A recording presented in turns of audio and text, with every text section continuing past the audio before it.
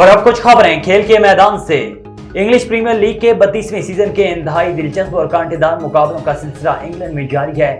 ای پی L میں آج بروز منگل کو مزید 5 میچوں کا فیصلہ ہوگا۔ پہلا میچ نوٹنگہم فارسٹ اور فلم ٹیموں کے درمیان ڈی سٹی گراؤنڈ نوٹنگہم شائر میں کھیلا جائے گا۔ دوسری میچ میں نیوکیسل یونائیٹڈ اور ایورٹن کی ٹیمیں سینٹ جیمز پارک نیوکیسل میں آمنے سامنے ہوں گی۔ تیسرا میچ بورنموتھ اور کرسٹل پیلس کی ٹیموں کے درمیان وائٹلٹی اسٹیڈیم بورنموتھ میں کھیلا جائے گا۔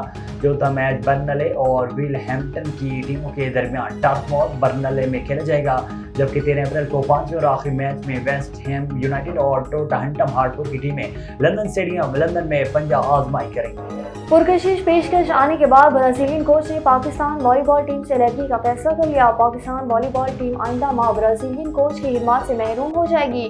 پرکشش پیشکش پر پاکستان والی بال کے کوچ احسن رمیز کورین ٹیم کی کوچنگ کریں گے۔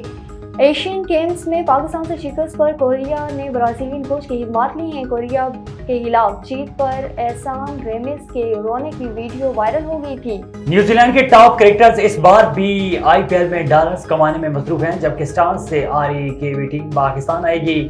نیوزی لینڈ گزشتہ بار کی طرح اس بار بھی پاکستان کی ٹور پر اپنی دوسرے درجے کی ٹیم بھیجے گا۔ اس بار بھی وجہ آئی پی ایل ہی ہے۔ کیویز کو آئندہ ماہ T20 میچز کی سیریز کے لیے پاکستان آنا ہے۔